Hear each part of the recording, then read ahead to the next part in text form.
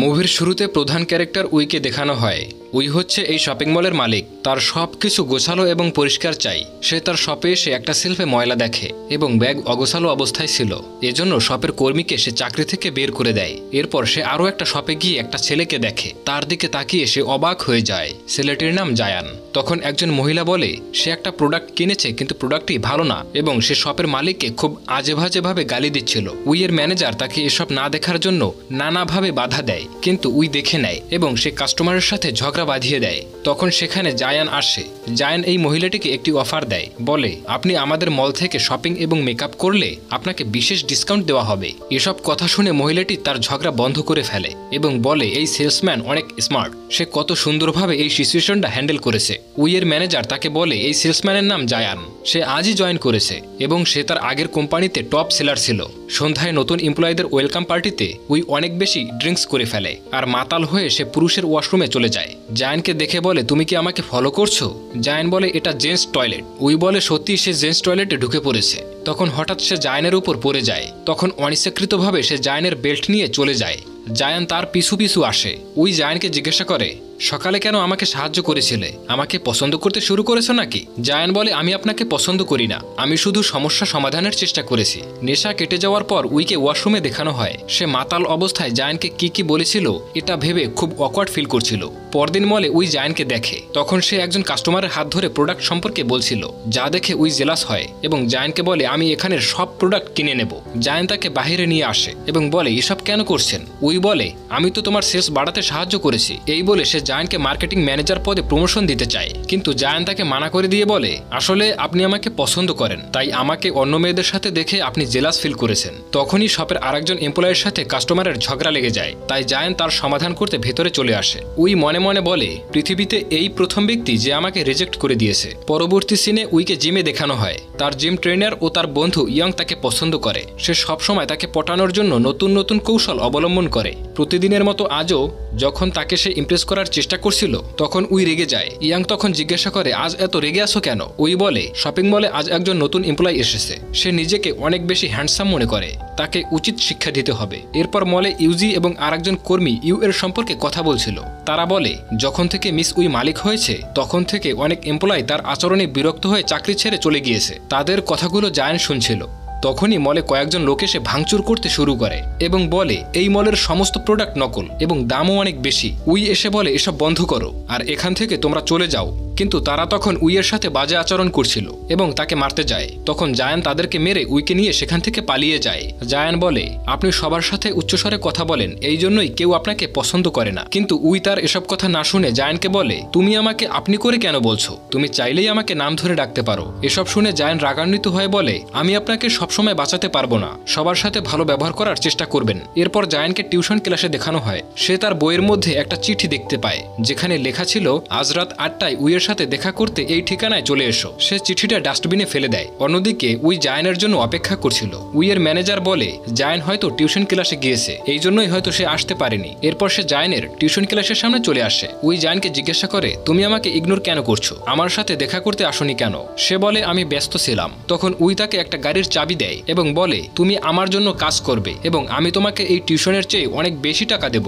জায়ান গাড়ির চাবি না নিয়ে চুপচাপ সেখান থেকে চলে আসে। অন্যদিকে উইয়ের ফিউন্স জিনকে দেখানো হয়, যার সাথে তার বিয়ে ঠিক হয়েছে। সে হচ্ছে উইয়ের বাবার বন্ধুর ছেলে। সে উইকে খুব পছন্দ করে, কিন্তু উই তাকে মোটেও পছন্দ করে না, কারণ সে কোনো কাজ করতো না, শুধু বাবার টাকা খরচ করত। সে উইকে বলে আগামীকাল তাদের ফ্যামিলি পার্টিতে জয়েন করতে, কিন্তু সে রাজি হয় না। তার উল্টোপাল্টা আচরণ দেখে উই বিরক্ত হয়ে সেখান থেকে চলে যায়। তখন সে উইকে একটা উপহার দেয়। উপহারটি ভুলবশত নিচে পড়ে যায়। একটা গাড়ি এসে সেটা নষ্ট করে দেয়। এতে জিনের খুব মন খারাপ হয়, তাই সে বাধ্য হয়ে বলে আগামীকাল সে জিনের পার্টিতে অ্যাটেন্ড করবে। পরদিন সে মলে ঢুকতেই জায়ানকে দেখেই তার সাথে কথা বলতে যায়, কিন্তু তার আগেই জিন চলে আসে। এসে বলে তুমি কাল বলেছিলে আমার পার্টিতে অ্যাটেন্ড করবে, তাই অনিচ্ছা সত্ত্বেও তাকে যেতে হয়। পরের দিন জিনের পরিবার ও উইয়ের পরিবার একসাথে লাঞ্চ করছিল এবং তারা তাদের ব্যবহৃত জিনিসের ব্র্যান্ড নিয়ে কথা বলছিল, যা শুনে উই খুব বিরক্ত হয়ে সেখান থেকে চলে আসে এবং জায়ানকে বলে আমি চাই তুমি আমার বয়ফ্রেন্ড হয়ে যাও। জায়ান বলে আমি আগেই না করে দিয়েছি। উই বলে মাত্র 1 মাসের জন্য হলেও তুমি আমার বয়ফ্রেন্ড হয়ে যাও, তারপর আমি তোমাকে এই মলের ম্যানেজার বানিয়ে দেব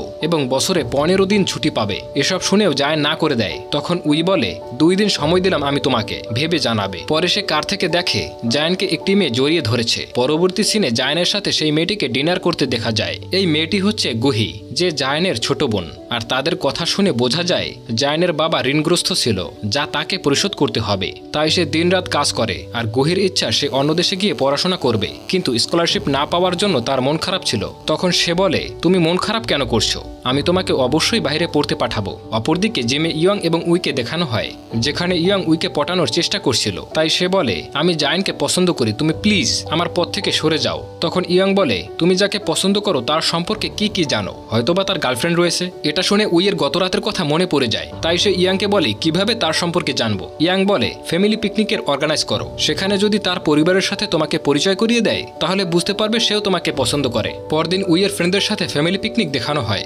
যেখানে জায়ানের সাথে কেউ আসেনি। উই জায়ানকে জিজ্ঞাসা করে তোমার সাথে কেউ আসেনি কেন, তুমি কি কাউকে পছন্দ করো? জায়ান বলে তাতে তোমার কি। তারপর ওরা সবাই মিলে গেম খেলে। খেলা শেষে সবাই গিফট নিচ্ছিল। তখন জায়ান উইকে না দেখে খুঁজতে শুরু করে। যখন তাকে খুঁজে পায় তখন উই রেল স্টেশনে বসে ড্রিঙ্কস করছিল। কাছে আসলে তাকে বলে আমি কি এতটাই বদমেজাজি যে কেউ আমাকে পছন্দ করে না? আমি এই শপিং মলের দায়িত্ব থেকে রিজাইন করে নিব। জায়ান বলে তুমি যেমন আছো সেরকমেরই ঠিক আছো। উই বলে তাহলে তুমি কেন আমাকে পছন্দ করো না? আর আমি ছোটবেলায় এরকমের ছিলাম না। আসলে উই ছোটবেলায় এরকমের বদমেজাজি ছিল না। তাকে বলা হয়েছিল সফল ব্যক্তি হতে হলে অনেক বেশি স্ট্রিট এবং রুট হতে হবে। জায়ান তার কান্না থামিয়ে তাকে সেখান থেকে নিয়ে আসে। পরদিন উইকে জিমে দেখানো হয়, যেখানে ইয়াং তাকে জিজ্ঞাসা করে গতকাল গেম শেষে কোথায় গিয়েছিলে? উই বলে আমার কিছুই মনে নেই। তখন তার মনে পড়ে যায় সে একটা বইতে পড়েছিল কাউকে ভালোবাসায় আটকে রাখতে হলে তাকে জেলাস ফিল করাতে হবে।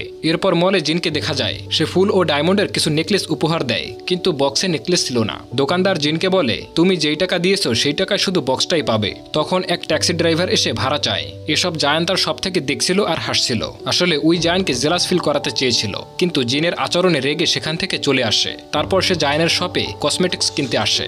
জায়ান তাকে বলে তোমার এসব করার কোনো প্রয়োজন নেই। তখনই জিন সেখানে এসে বলে আজ রাতে আমার সাথে ডিনার করবে, কিন্তু উই না করে দেয়। তবুও জিন বারবার রিকোয়েস্ট করে।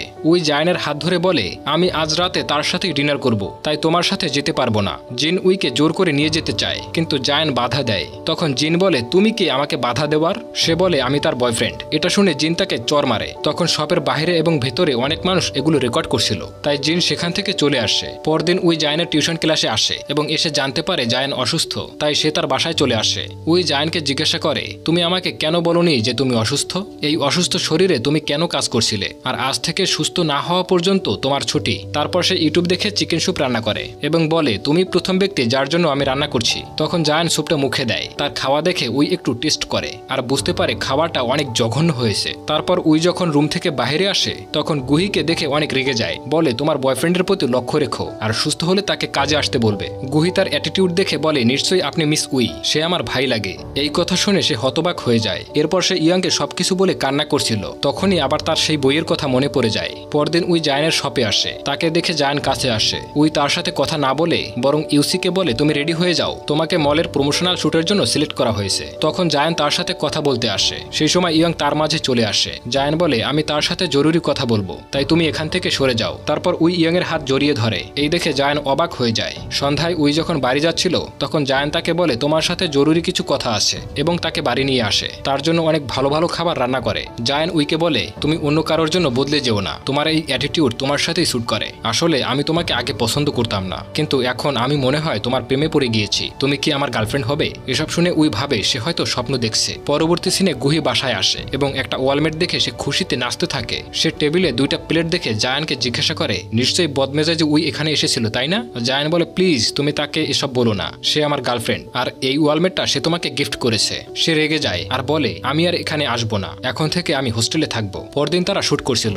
যখনই তারা স্পটটি ঘুরে দেখতেছিল তখনই তাদের উপর মৌমাছি অ্যাটাক করে বসে। তারা সবাই পালাতে থাকে। জায়ান মুখে আঘাত পায়। উই তাকে যত্ন সহকারে ব্যান্ডেজ করে দেয়। রাতে জায়ান উইয়ের রুমে যেতে চায়, কিন্তু দরজার সামনে এসে নক না করে চলে যাচ্ছিল। তখনই উই চিৎকার দিয়ে এসে দৌড়ে তার কোলে উঠে পড়ে এবং বলে আমার রুমে ককরোচ রয়েছে। জায়ান তার রুমে গিয়ে ককরোচটিকে মেরে ফেলে। তখন উই জায়ানকে জিজ্ঞাসা করে তুমি সবকিছু এত সহজে কিভাবে সমাধান করো? তোমার সাথে থাকলে আমার মনে হয় পৃথিবীতে কোনো সমস্যাই নেই। জায়ান বলে, আমি ছোটবেলা থেকে এরকমের ছিলাম না। মা মারা যাওয়ার পর বাবা আমাদেরকে ছেড়ে চলে যায়। সংসারের দায়িত্ব পালন করতে গিয়ে মানুষের সাথে কিভাবে ডিল করতে হয় তা শিখেছি। পরদিন সকালে ইউজি আসে এবং সে বলে সে অসুস্থতার জন্য এই শুটিং সে করতে পারবে না, কারণ সে জেনে গিয়েছে তাদের অ্যাফেয়ার চলছে। তাই তাদের মধ্যে বন্ডিংটা বাড়াতে উইকে বলে বাকি শুটিং যেন সে করে। উই রাজি হয়ে যায়। শুটিং এর সময় ফটোগ্রাফার তাদের ছবি একসাথে তুলছিল না। তখন উই ফটোগ্রাফারের চোখের দিকে তাকিয়ে বুঝতে পারে এ হচ্ছে জিন। জিনকে বলে, তুমি কেন আমার পিছু পিছু লেগে আছো? জিন বলে, আমি তোমার ফিয়ান্স, তুমি আমার সাথে এভাবে কথা বলতে পারো না। উই জিনকে বলে, তুমি আমার ফ্যামিলি ফ্রেন্ড, তাই জন্য তোমার এসব সহ্য করেছি, তাই প্লিজ এখন এখান থেকে চলে যাও। পরবর্তী সিনে জায়ান আর উইয়ের অ্যাড পুরো শহরে দেখাচ্ছিল, আর ইয়ং ফটোগুলো দেখে খুব মন খারাপ করে। পরে জায়ান গুহিকে উইয়ের সাথে দেখা করতে শপে নিয়ে আসে। গুহি তার ব্যবহারের জন্য উইয়ের কাছে ক্ষমা চায়। উই তাকে শপের সব থেকে দামি একটা নেল পালিশ গিফট করে। এরপর জায়ানের ঘরে তারা দুজন লাঞ্চ করছিল। তখন গুহি এসে বলে সে স্কলারশিপ পেয়েছে। গুহি উইকে বলে, আমি অন্য দেশে চলে যাচ্ছি, আজকের পর থেকে আমার ভাইয়ের সমস্ত দায়িত্ব তোমার। এরপর জায়ান এবং উই প্রথমবারের মতো পার্কে ডেট করতে আসে। জায়ান তাকে পার্কের সব আলো জ্বালিয়ে সারপ্রাইজ করে দেয়। আর সুন্দর মুভিটি এখানেই সমাপ্ত হয়।